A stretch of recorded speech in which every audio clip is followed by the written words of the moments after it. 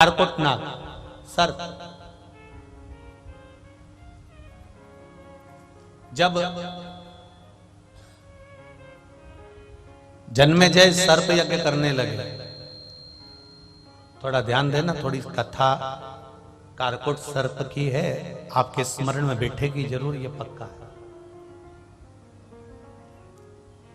जन्मेजय सर्प यज्ञ कर रहे हैं, सर्पों की आहुतियां दे रहे हैं, और सर्प यज्ञ कर रहे हैं, सर्पों की आहुतियां दे रहे हैं। तब कारकोट सांप नाग, उसको मालूम पड़ा कि सर्प यज्ञ में सबकी आहुतियां जा रही हैं और सर्पों को अग्नि में डाला जा रहा है, सर्पों को यज्ञ में डाला जा रहा है, आहुतियां दी जा रही है, सांपों को पकड़ पकड़कर इन आहुतियों में दिया जा रहा है और सर्प जलकर भस्म होते चले जा रहे हैं। कारकोट को जब मालूम पड़ा तब कारकोट सांप भागा और भागकर सीधे वन में पहुंच गया।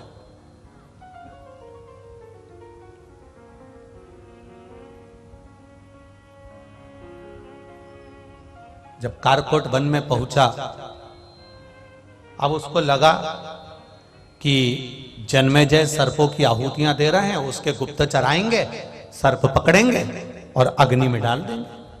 अब मैं करूं तो करूं क्या? अब दुनिया के लोग कहते हैं क्या शिवलिंग केवल मनुष्य के उत्थान के लिए है, मानव के उद्धार के लिए है, क्या देवताओं के उद्धार के लिए है? मेरे राम जी ने शिवलिंग की स्थापना करी, मेरे भगवान कृष्ण ने शिवलिंग की स्थापना करी, पांडवों ने शिवलिंग की स्थापना करी, माता आद्यशक्ति ने शिवलिंग की स्थापना करी, माता पार्वती ने पार्थिव शिवलिंग की पूजन करी, सती माता ने पार्थिव शिवलिंग की पूजन करी, उमा माता ने करी, कात्यायनी ने करी, कुष्मांडा ने करी, चंद्रघंटा ने करी। तो क्या केवल ये शिवलिंग, ये शंकर का स्वरूप क्या केवल मनुष्य या देवताओं के उद्धार के लिए? नहीं नहीं, जैसे कारकोट को मालूम पड़ा कि जन्मेजय यज्ञ कर रहा है, सर्प यज्ञ कर रहा है और आहुतियों पर आहुतियां दे रहा है, तो कारकोट भागा और जंगल में गया।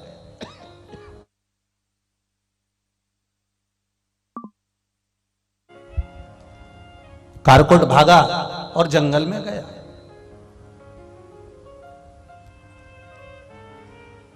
और कारकोट भागकर जंगल में जैसे ही पहुंचता है, कहां छुपूं मैं जाकर, किस जगह पर जाऊं मैं, किस स्थान पर पहुंचूं मैं, विचार करने लगा। देखा तो एक वीरान जंगल में, वीरान भूमि पर, वीरान जगह पर एक सुंदर सा शिवलिंग रखा हुआ, एक सुंदर जलाधारी है और उस पर सुंदर शिवलिंग है। शिवलिंग को देखा, बस उस शिवलिंग के सामने जाकर कारकोट 2 क्षण के लिए बैठा। अब सर्प है, विषैला सर्प है,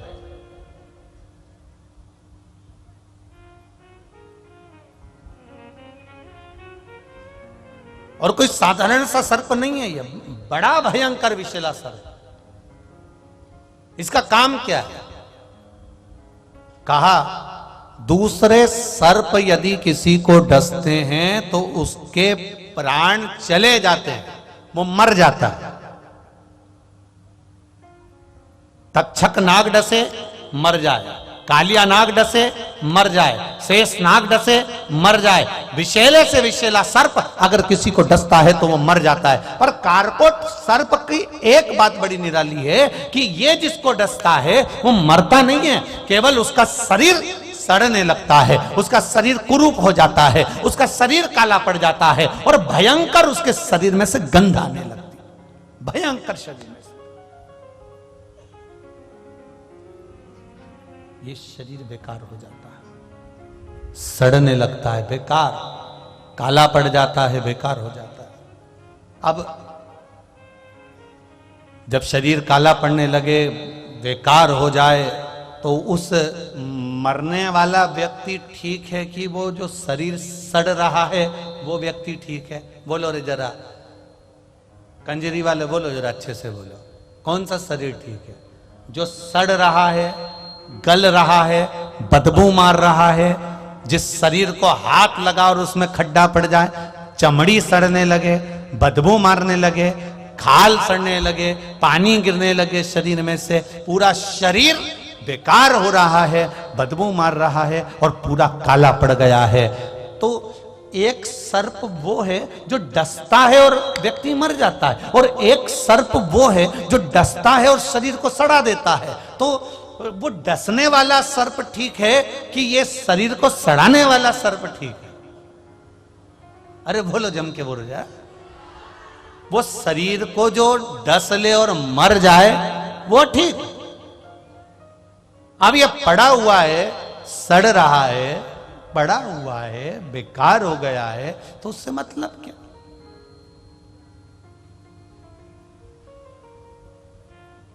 दो आशीर्वाद होते हैं, दो सर्प से समझिएगा जरा दो आशीर्वाद। एक आशीर्वाद होता है आयुष्मान, बोलो बोलो जरा जम के बोलो, आयुष्मान भव। और एक होता है चिरंजीवी भव। अब दोनों में अंतर समझना थोड़ा सा।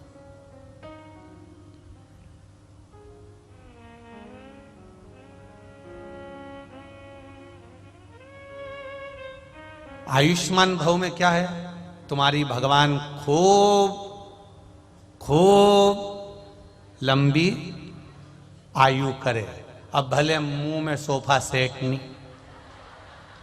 और शरीर में आंत नहीं, हाथ थर थर थर थर धूज रहे, आंखों से दिखाई नहीं दे रहा, मुंह से खाते नहीं बन रहा, कानों से सुनाई नहीं दे रहा, पर बुजुर्गों ने आशीर्वाद दिया था आयुष्मान भव। मतलब अब तुम भले पलंग पर पड़े रहो, सड़ते रहो, गलते रहो, कैसे भी पड़े रहो, तुम्हें आशीर्वाद मिला है आयुष्मान भव होने का, इसलिए तुम्हारी उम्र बढ़ गई। अब पड़े रहो, गलते रहो, सड़ते रहो, जैसे पड़े हो पड़े रहो। ये तो हो गया आयुष्मान भव। अब एक होता है चिरंजीवी भव। चिरंजीवी का मतलब होता है कि जैसे तुम आज हो, जितने तंदुरुस्त आज हो, जैसे सुंदर आज हो, जैसे ताकतवर आज हो, जैसा बल तुम में आज है, मरते दम तक तुम में यह बल रहे, उसको चिरंजीवी का, वो बल तुम्हारा परमानेंट रहे। अब तुम्हें कौन सा आशीर्वाद चाहिए? नहीं नहीं, तुम तो ले आयुष, तुम तो ले, उसमें कोई दिक्कत वाली बात नहीं है, तुम्हारे को जो बल मिल जाए। आयुष्मान, तुम्हें कितनी खुशी होती है, कोई ने सास ने कहा बेटा आयुष्मान भव, बहू खुश हो गई, सास के लिए गर्म चाय ला कर दे दी कि चलो सास ने आयुष्मान भव होने का बोला। पर जरा विचार तो करो, आयुष्मान भव होने में केवल उम्र बढ़ रही है, केवल उम्र बढ़ रही है, उसमें तुम्हारा बल नहीं बढ़ रहा, उसमें तुम्हारी युवानी अवस्था नहीं बढ़ रही, उसमें तुम्हारा आनंद सुख नहीं बढ़ रहा, उसमें केवल तुम्हारा बढ़ रहा है तो उम्र बढ़ रही है। आप मरने वाले थे 80 साल में, ज्यादा से ज्यादा 90 में मरोगे। अब 90 में मरोगे तो पड़े हुए हो, 80 के बाद में तुम्हारा जो जीवन चल रहा है, 90 के बाद जीवन चल रहा है, 100 के बाद जीवन चल रहा है, तो वह बस केवल आयुष्मान होने का जो तुम्हें आशीर्वाद मिला उसके बल पर तुम पड़े हुए। पर चिरंजीवी भव, चिरंजीवी का मतलब है जैसे आज हो तुम, जैसे सुंदर तुम आज दिख रहे हो, जैसे तुम आज नजर आ रहे हो, जैसा बल तुम में आज है, जैसी एनर्जी तुम में आज है, जैसा विल पावर तुम में आज है, जैसी प्रबलता तुम में आज है। चिरंजीवी का मतलब है कि तुम पूरे जीवन पर्यंत जब तक जियो ऐसे ही जीना, सुंदर होकर, सुखमय होकर, भगवत भजन करते हुए, स्मरण करते हुए, मंत्र जाप करते हुए, नाम जाप करते हुए, कीर्तन करते हुए अपनी जिंदगी को ऐसे ही जियो, ऐसे।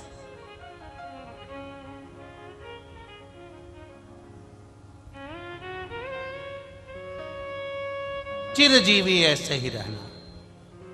अब दो सांप हैं, एक विषैला सांप जो डसे तो मर जाए, और एक कारकोट सांप डसे तो सड़ जाए, शरीर सड़ जाए।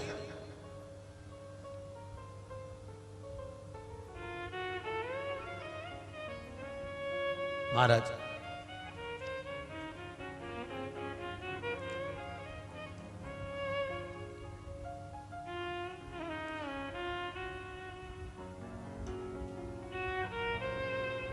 अब वो कारकोट को मालूम पड़ा कि जन्मेजय ने यज्ञ रखा है, सब मर रहे हैं, सांपों की आहुतियां दी जा रही है, सांप समाप्त हो रहे हैं, सबको जलाया जा रहा है।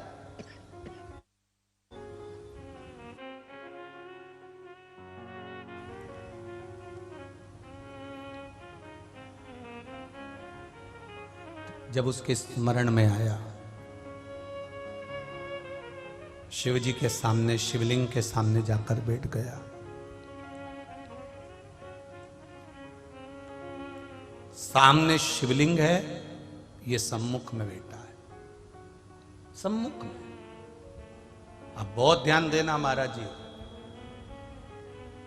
आप जल चढ़ाएं ना चढ़ाएं, आप बेलपत्र भगवान शंकर को चढ़ाएं ना चढ़ाएं, आप शंकर भगवान को एक चावल का दाना चढ़ाएं ना चढ़ाएं, आप शंकर भगवान को एक पुष्प चढ़ाएं ना चढ़ाएं, आप शंकर भगवान को कोई सामग्री चढ़ाएं ना चढ़ाएं।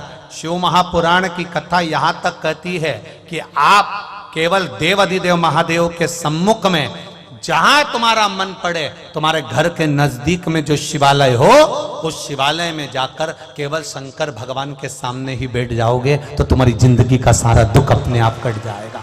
केवल महादेव के सम्मुख में पहुंच जाने पर, केवल महादेव के सामने पहुंचकर बैठ जाने पर तुम्हारा दुख कट गया।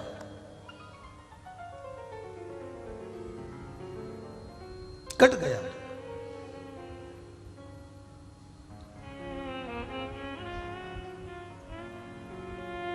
वो कहते हैं ना, मुश्किल की घड़ियों में वही हंसते हैं जिनके दिल में मेरे महादेव बसते हैं। नहीं तो कोई हंसता है क्या?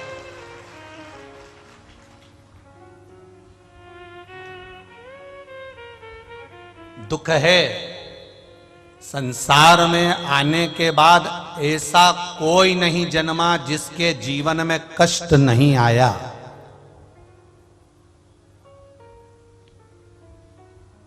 ऐसा कोई नहीं जन्मा जिसके जीवन में कष्ट नहीं आया। माता के गर्भ में रहे तो भी कष्ट में रहे, जन्म लिया तो भी कष्ट में रहे, बड़े हुए तो भी कष्ट में रहे, और अंत समय में मरोगे तब भी कष्ट भोगकर ही मरना पड़ेगा, ये निश्चित है।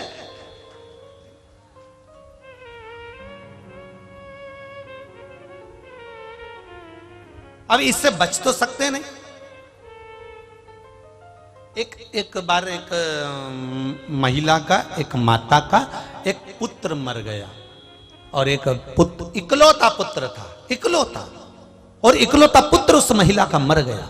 रो रही है महिला, आंख में से आंसू बह रहा है और नैनों से जल बहते बहते वो महिला रोती रोती वो महिला गौतम बुद्ध के पास पहुंच गई। और गौतम बुद्ध के पास जाकर उस महिला ने कहा, बाबा, ओ बाबा, बाबा, ओ बाबा, मामा, ओ बाबा, ए संत जी, ए साधु जी, ए गुरुजन, मेरा बेटा मर गया है बाबा, मेरा बेटा जीवित कर दीजिए, मेरे बेटे को बचा दीजिए, मेरा बेटा वापिस जीवित हो जाए बाबा, ऐसी कृपा कर दीजिए। गौतम बुद्ध ने कहा, यह हो नहीं सकता। महिला कहती है, आप संत हो, आप गुरु हो, आप साधु हो, आप सन्यासी हो, आप तपस्वी हो, आप साधक हो, आप उपासक हो, सब कुछ कर सकते हो, मेरे बेटे को जीवित कर दीजिए। संत गौतम बुद्ध ने मन में सोचा, इसको कैसे समझाऊं कि यह मृत्यु है, इस पर कोई विजय प्राप्त नहीं। व्यक्ति आया है तो जाएगा जरूर, चाहे तुम कितने भी कितनी बादाम खाओ, चाहे मत खाओ, चाहे गुलाब जामुन खाओ, चाहे मत खाओ, चाहे डनलप के गद्दे पे सो, चाहे मत सो, चाहे कथा सुनो, चाहे मत सुनो, मरना तो पड़ेगा, ये निश्चित है। अब गौतम बुद्ध जी से कहा, इसको जीवित कर दो। गौतम बुद्ध कहने लगे, ऐसा हो ही नहीं सकता, नहीं, आपको जीवित करना पड़ेगा। बाबा, आप संत हो, आप गुरु हो, आप साधु, आप सन्यासी, आप तपस्वी, आप साधक, आप उपासक, इसको जीवित करो। अब वो जीवित कैसे करे? गौतम बुद्ध बाबा ने कहा, ठीक है, मैं इसको जीवित एक शर्त पर कर दूंगा। शर्त तुम्हें मानना पड़ेगा, पूरे नगर में जिसके घर में कभी जिंदगी में कोई ना मरा हो, उसके घर से एक मुट्ठी चावल लाकर दे दो, बस वो चावल मैं इसके ऊपर डालूंगा और ये जीवित हो जाएगा। उस माँ ने सोचा बस इतने में मेरा बेटा जीवित हो जाएगा। हाँ जाओ। गौतम बुद्ध ने उस माता को भेज दिया, माँ जिस जिसके घर में जाती है, तुम्हारे घर में कभी कोई मरा नहीं हो तो चावल दे दो, तुम्हारे घर में कोई कभी मरा ना हो तो चावल दे दो, तुम्हारे घर में कभी कोई मरा ना हो तो चावल दे दो, तुम्हारे घर में कभी कोई मरा ना हो तो चावल दे दो। प्रत्येक घर में वो माँ जाती है, सुबह से लेकर रात तक, रात से लेकर सुबह तक घूमती है, पर ऐसा कोई घर नहीं मिला जिस घर में कभी जिंदगी में कोई मरा नहीं था, क्योंकि मृत्यु अटल सत्य है, ये सत्य है और इसको कोई नकार नहीं सकता। मां ने आकर कहा बाबा कोई घर ऐसा नहीं मिला जहां कोई मरा नहीं है। गौतम बुद्ध ने कह दिया बस यही समझाना चाहता हूं कि मृत्यु आती जरूर है, उसको कोई टाल नहीं सकता। चाहे मैं हूं, चाहे संसार का कोई व्यक्ति हो, किसी के पास करोड़ों का धन होगा तो वो भी जाएगा, और कोई रोड पर सो रहा होगा तो भी वो जाएगा, इसको कोई बचा नहीं सकता। गौतम बुद्ध ने कहा मां कोई तुम्हारे बेटे को जीवित नहीं कर सकता, पर इतना याद रखना बेटा चले गया पर तुम हो, और तुम्हें ज्ञान देना चाहता हूं कि जीवित रहने का केवल एक साधन है, जीवित रहने का केवल एक आनंद है कि अपने इस शरीर का सदुपयोग करो, इस शरीर से भजन करो, कीर्तन करो, मंत्र जाप करो, यज्ञ करो, अनुष्ठान करो और परमार्थ का कार्य करो। किसी भूखे को भोजन करा देना, किसी को पानी पिला देना, किसी शिक्षा की व्यवस्था कर देना, किसी के शरीर में कष्ट है तो औषधि की व्यवस्था कर देना। ये शरीर भगवान ने दिया है, तो मरने के बाद भी व्यक्ति जीवित रहता है। लोग कहते हैं उसने ऐसा सत्कर्म किया था, ये मरने के बाद जीवित होने का कर्म लोग कहते हैं।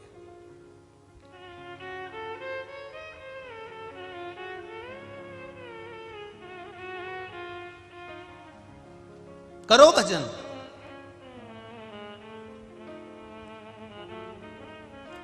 शिव जी पर आप कुछ चढ़ा नहीं सकते, कोई बात नहीं। आप घर से लोटा ले जाने में आपको शर्म आती है, शंकर जी के मंदिर में जाने में कोई बात नहीं। जाओ तो सरी, उसके दरवाजे पर बैठो तो सरी, उसके सम्मुख में पहुंचो तो सरी।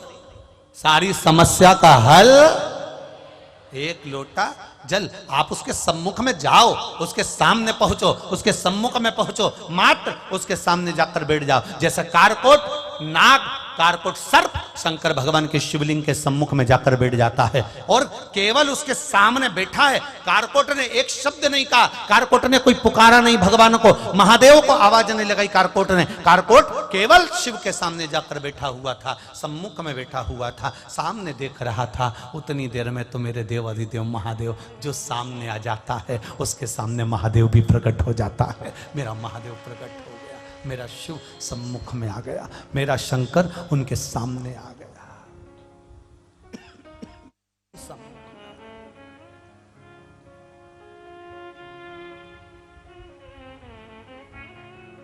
सम्मुख में देव अधिदेव महादेव प्रकट हो गए।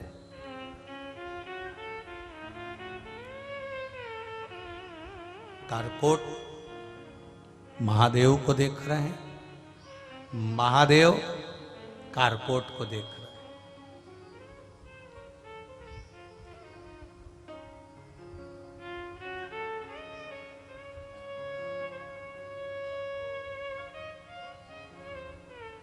हाथ जोड़ लिए, कारकोट ने देखा, शिवजी ने कारकोट नाग को, सांप को देखा तो पूछ लिया क्या बात है, तुम भय में दिख रहे हो?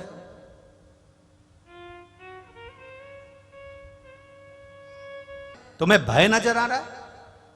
कारकोट कहते हैं कि जन्मेजय ने सर्प यज्ञ रखा है और सर्प यज्ञ में आहुतियां दे रहा है। सर्प यज्ञ में सर्पों की आहुतियां दी जा रही है और सर्प समाप्त होते जा रहे हैं। मैं भागकर जंगल में आ गया, जंगल में कहा जाता, आपका स्वरूप देखा, इसलिए थोड़ी देर यहाँ आकर बैठ गया। इस मन की शांति के लिए, इस हृदय की शांति के लिए आपसे भी कहूँगा, एक निवेदन आपसे भी करूँगा। जितने लोग आस्था पर सुन रहे हैं, जितने लोग फेसबुक यूट्यूब पर सुन रहे हैं और जितने लोग इस कंजरी गांव की पावन धरा पर कथा सुन रहे हैं, उनसे भी कहूँगा कि जब मन में कहीं भय उत्पन्न हो, जब लगे आपको ऐसा लगने लगे कि अब कुछ भी आगे नहीं है, मेरा जीवन अब समाप्ति की ओर है, जब आपको लगने लगे उस समय, उस घड़ी, उस पल, उस क्षण पर आप शिव के सामने, मेरे देवाधिदेव महादेव के सामने 2 क्षण जाकर बैठ जाना। बस बैठोगे उतनी देर में बाबा महादेव स्वयं आपके दुख को हरण कर ले। बैठ जाओ उसके पास, उसके चरणों में जाकर, उसके नजदीक जाकर। मैंने तेरे ही भरोसे ओ बाबा, तेरे ही भरोसे हवा बिच उड़ती जावांगी, बाबा डोर हटो छड़ीला में कटी जावागी। भोले मैं तेरी पतंग, शंभो मैं तेरी पतंग। अब 2 क्षण उसके पास जाकर बैठ जाओ। एक पत्र आया,